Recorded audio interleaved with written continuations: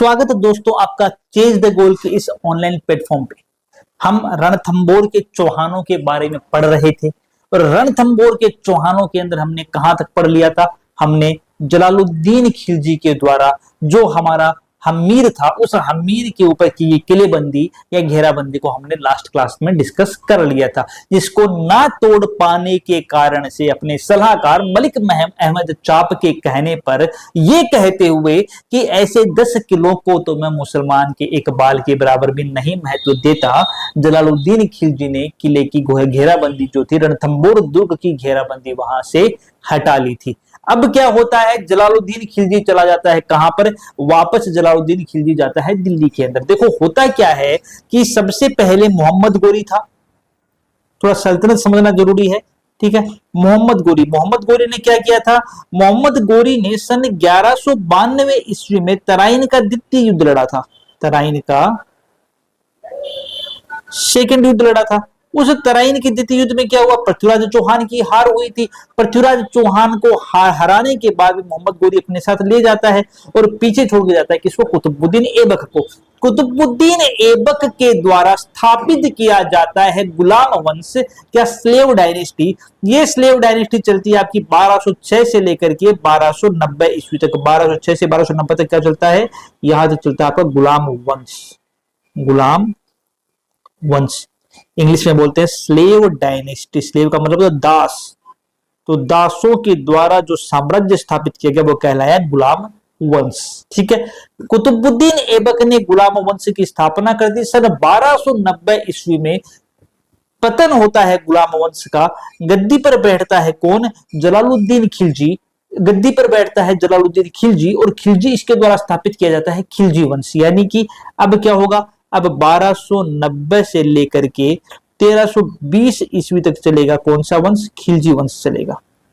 ये कौन सा वंश आ गया, ये आ गया आपका खिलजी वंश।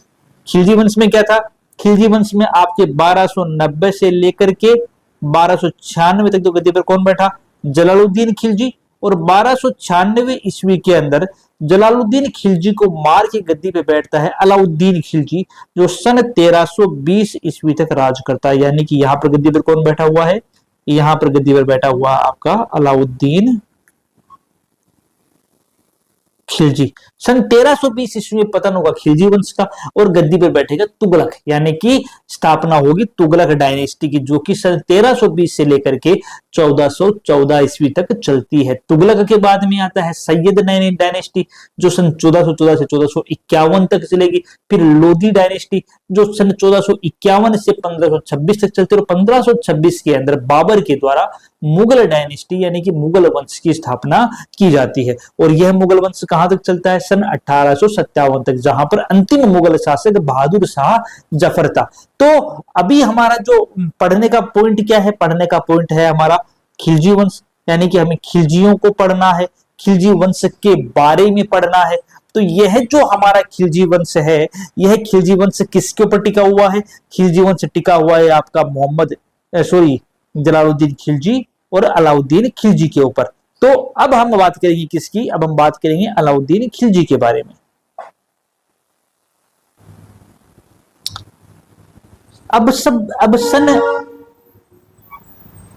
1296 ईस्वी में क्या होता है, अलाउद्दीन खिलजी जो है वो जलालुद्दीन खिलजी को मारता है और मार करके गद्दी पर कौन बैठ गया, अब गद्दी पर बैठ गया अलाउद्दीन खिलजी। यानी कि सारा का सारा जो राजपाट था वो अपने हाथ में ले लिया किसने, अलाउद्दीन खिलजी ने। अलाउद्दीन खिलजी भी बहुत ही महत्वाकांक्षी शासक था, साम्राज्यवादी विस्तार करना चाहता था। इस कारण से ये तो तय था कि कहीं ना कहीं टकराव होगा हमारे अलाउद्दीन खिलजी के अंदर और हमीर देव के अंदर।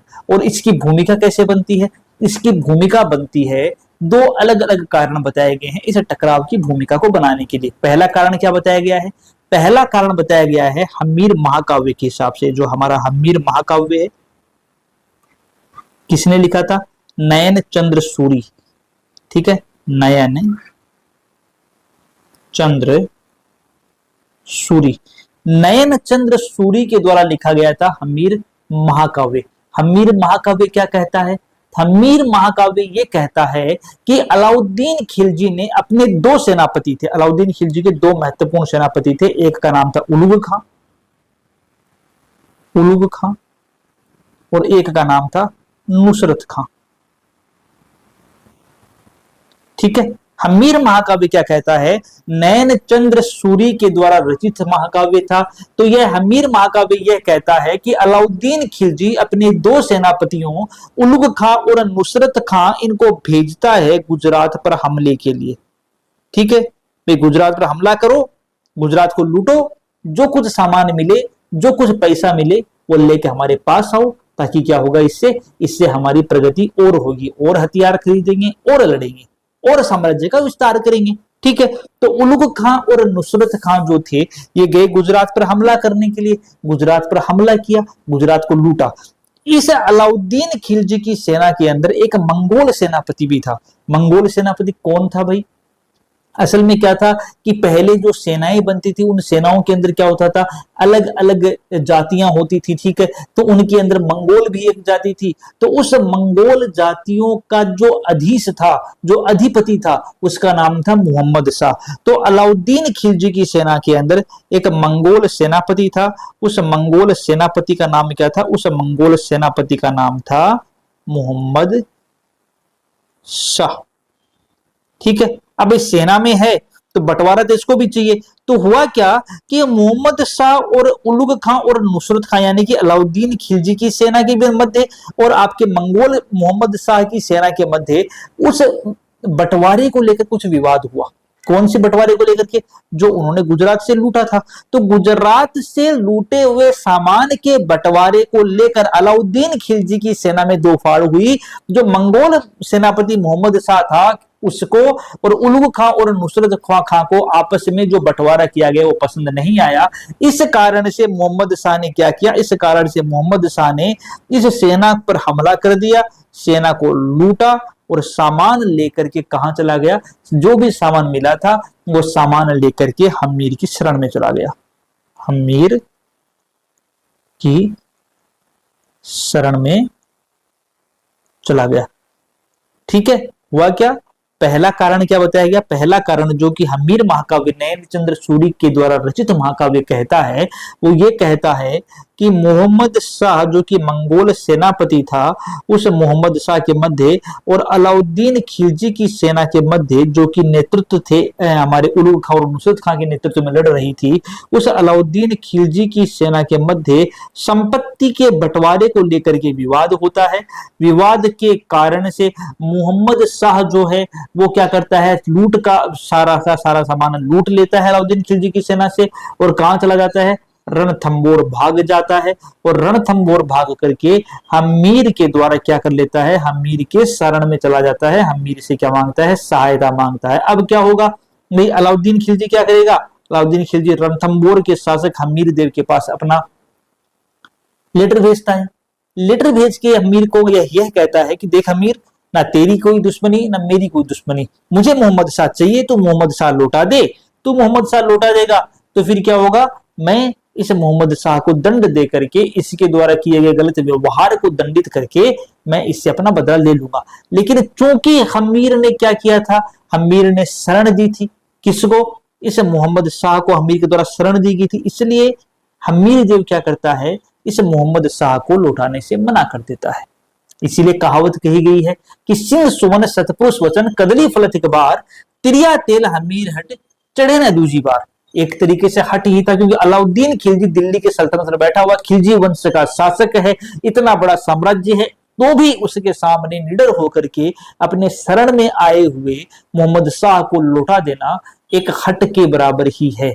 पता था कि अलाउद्दीन खिलजी जो है वो बड़ा साम्राज्य है, अलाउद्दीन खिलजी की सेना बड़ी है, तो मुझे नुकसान उठाना पड़ेगा, लेकिन फिर भी हमीर ने शरण में आए हुए को पहली प्रायिकता दी कि मैं शरण में आए हुए को कभी भी वापस नहीं भेजूंगा, चाहे इसके लिए मुझे कोई भी कीमत चुकानी ना पड़े। ये जो कहानी बनती है, पहला जो आपको वृतांत मैंने सुनाया, ये सारा का सारा वृतांत है हमारे नयन चंद्र सूरीकृत हमीर महाकाव्य के अनुसार। दूसरी घटना क्या बनती है, दूसरा जो वृतांत बनता है वो बनता है हमीर हट के अनुसार। जो हमारा हमीर हट था माफ कीजिएगा, मीरहट। दूसरा जो वृतांत बनता है वो बनता है हमीर हट। हमीर हट किसने लिखी थी? चंद्रशेखर के द्वारा लिखी गई थी, चंद्रशेखर। तो चंद्रशेखर कृत हमीर हट क्या कहता है? वो कहता है कि दोनों के मध्य, हमीर देव के मध्य और अलाउद्दीन खिलजी के मध्य युद्ध का कारण कुछ और था। कारण की जो मुख्य पृष्ठभूमि थी, उस पृष्ठभूमि को बनाने वाला तो मोहम्मद शाह ही था, लेकिन इस बार कारण जो था वो हमीर हट के अनुसार दूसरा था। हमीर हट क्या कहता है? हमीर हट ये कहता है कि जो मंगोल सेनापति मोहम्मद शाह था, उस मोहम्मद शाह का प्रेम प्रसंग चल रहा था अलाउद्दीन खिलजी की एक पत्नी थी, मराठा बेगम थी, जिसका नाम था चिमना बानो। जिसका क्या नाम था? जिसका नाम था चिमना बानो। इन दोनों का आपस में क्या चल रहा था? इन दोनों का आपस में प्रेम प्रसंग चल रहा था। अब पति कौन है? पति अलाउद्दीन खिलजी है। जब पति को पता चलेगा कि पत्नी का प्रेम प्रसंग मेरे ही सेना के मंगोल सेनापति के साथ चल रहा है, तो क्या होगा? वो उनको प्रेम करेगा या आग बबूला होगा?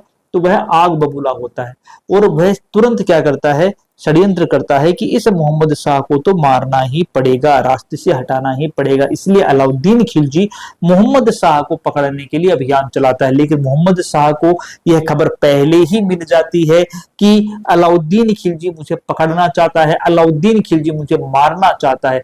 इसलिए मोहम्मद शाह क्या करता है? इसलिए मोहम्मद शाह जो है वो मोहम्मद शाह यहां से भागता है और मोहम्मद शाह भाग करके उस टाइम पर एक ही राजा दिखा जो मोहम्मद शाह की रक्षा कर सकता था। वो कौन था?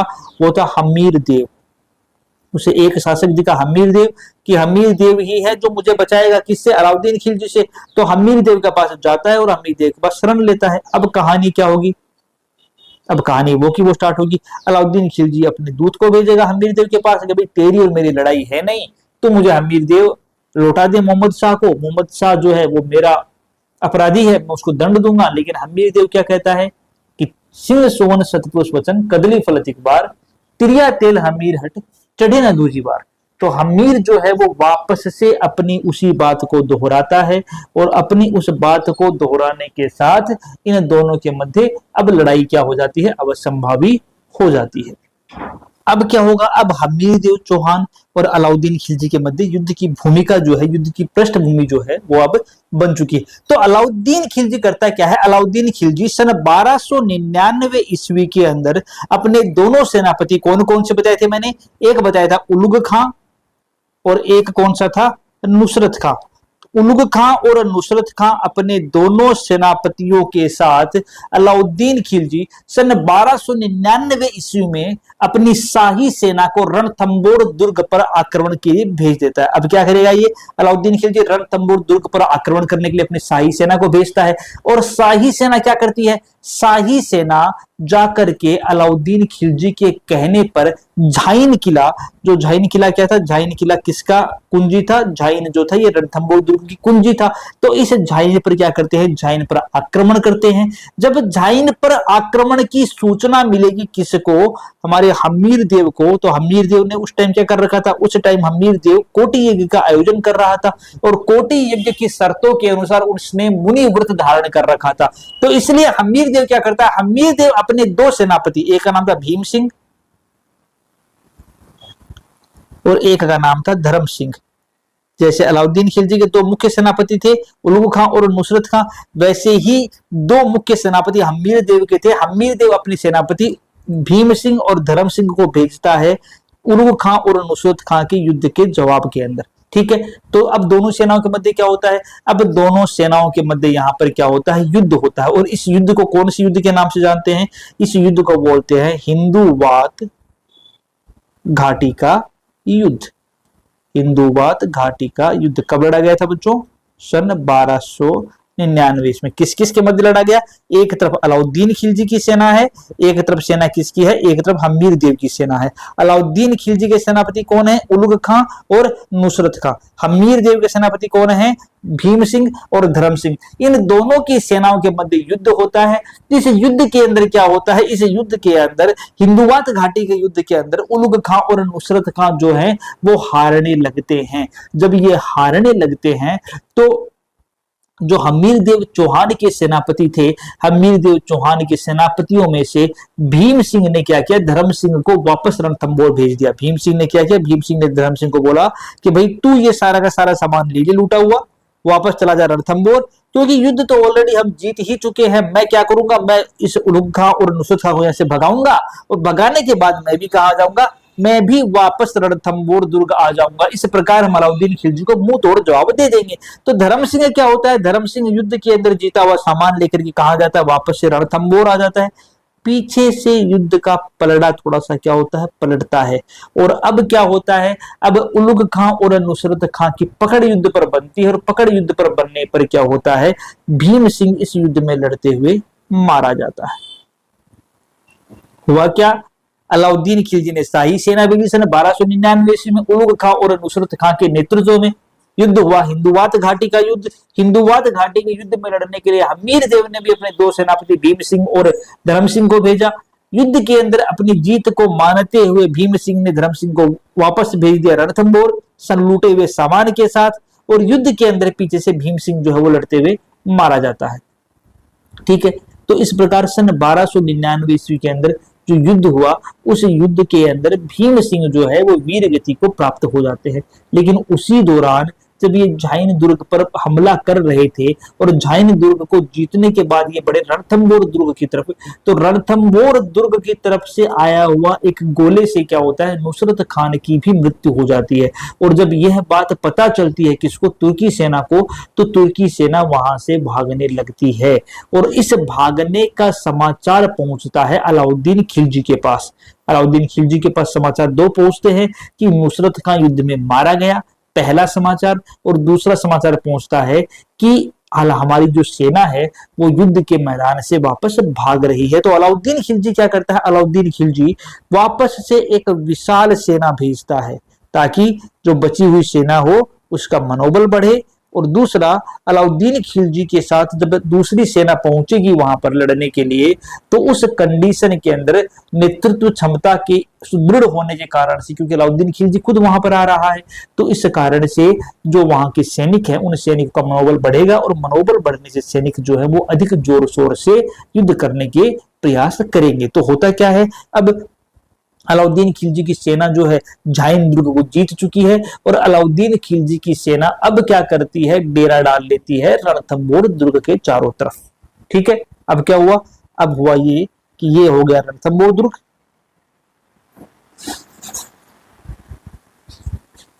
ठीक है, ये कौन सा दुर्ग है, ये रणथंभौर दुर्ग है।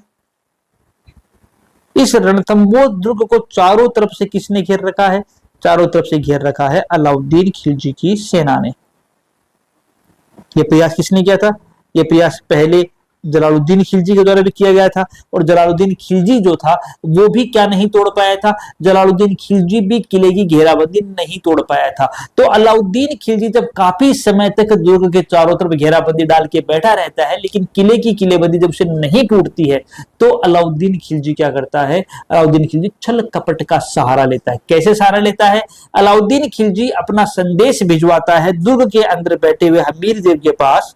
अलाउद्दीन खिलजी क्या करता है, संदेश भेजेगा यहाँ पर दुर्ग में बैठे हुए हमीर देव के पास, और संदेश के अंदर क्या बोलता है, संदेश के अंदर वो संधि प्रस्ताव भेजता है कि भाई हमीर देव, मुझे तेरे साथ लड़ाई नहीं करनी, मैं तेरे साथ संधि करना चाहता हूं। संधि करना जो है वही हमारे लिए फायदेमंद होगा, क्योंकि यह अलाउद्दीन खिलजी किले की किलेबंदी नहीं तोड़ पा रहा है।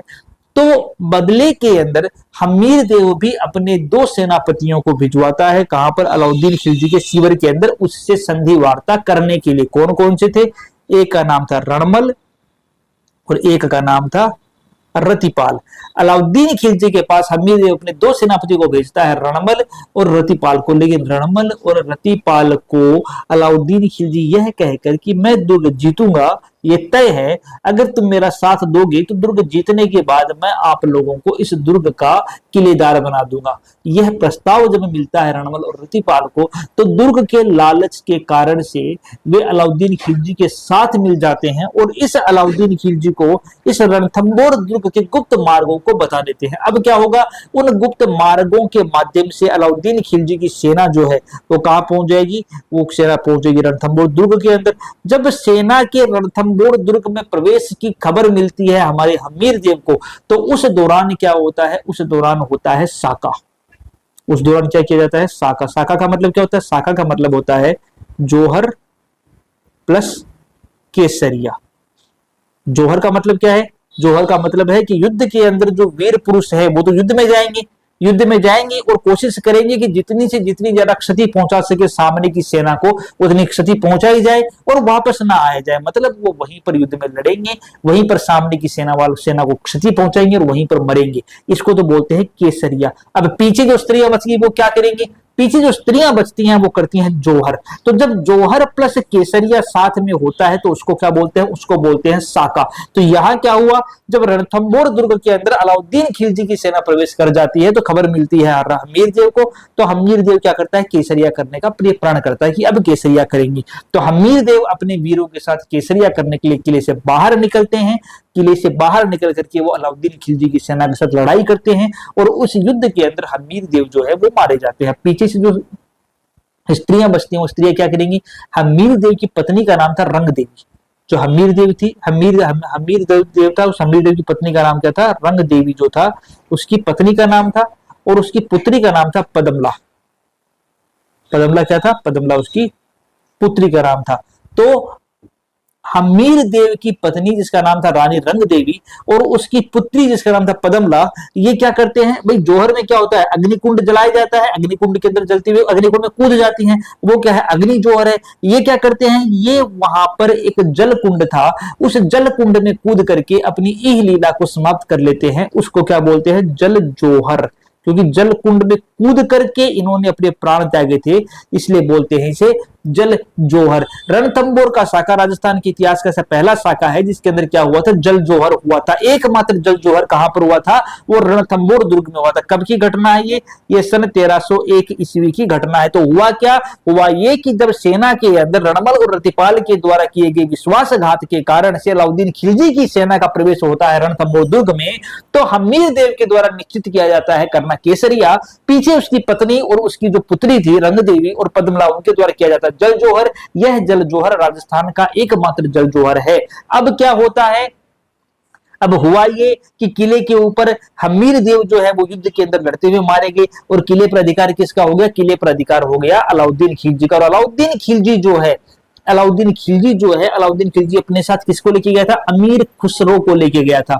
अमीर खुसरो भी अलाउद्दीन खिलजी के साथ इस युद्ध में गया था। अमीर खुसरो ने रणथंबोर की विजय के बाद क्या कहा कि आज कुफ्र का गढ़ इस्लाम का घर हो गया। बहुत ही महत्वपूर्ण लाइन है, आज कुफ्र का गढ़, आज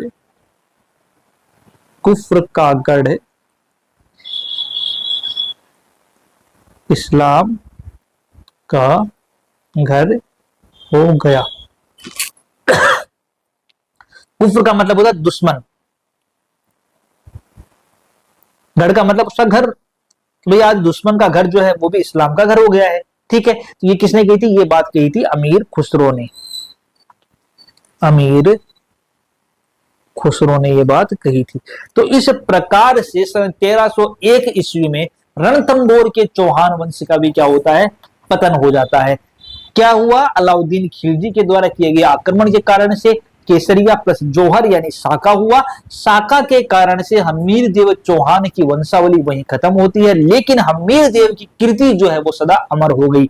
कैसे अमर हो गई, क्योंकि ये तब से कहा जाने लगा कि सिंह सवन सतपुरुष वचन कदली फलत इकबार तिरिया तिल हमीर हट चढ़े न दूजी बार। चाहे कुछ भी हो जाए, चाहे खुद का पूरी तरीके से सफाया हो जाए, लेकिन जो शरण में आ गया उस शरण में आने वाले को वापस ना जाने देना, उस शरण में आए हुए की पूरी तरीके से रक्षा करना, ये हमीर ने अपना कर्तव्य माना। एक राजपूती परंपरा को निभाते हुए हमीर देव ने केसरिया किया था। इस कारण से हमीर देव अपनी वीरता के लिए प्रसिद्ध हो गया। पीछे से क्या होता है, मोहम्मद शाह को पकड़ लिया जाता है अलाउद्दीन खिलजी के द्वारा।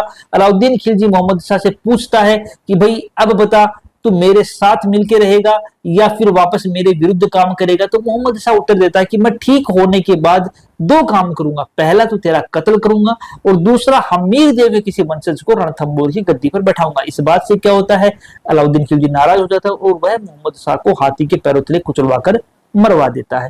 तो ये बच्चों पूरी की पूरी कहानी जो थी, पूरा का पूरा वृतांत था, ये हमारे रणथंभौर के चौहान वंश का था। शुरुआत की थी गोविंदराज चौहान ने, जो कि किसका पुत्र था, पृथ्वीराज चौहान तृतीय का पुत्र था। और इस वंशावली का जो समापन हुआ वो सन 1301 ईस्वी में हुआ। वंशावली का समापन हुआ, लेकिन कीर्ति सदा आज तक अमर है।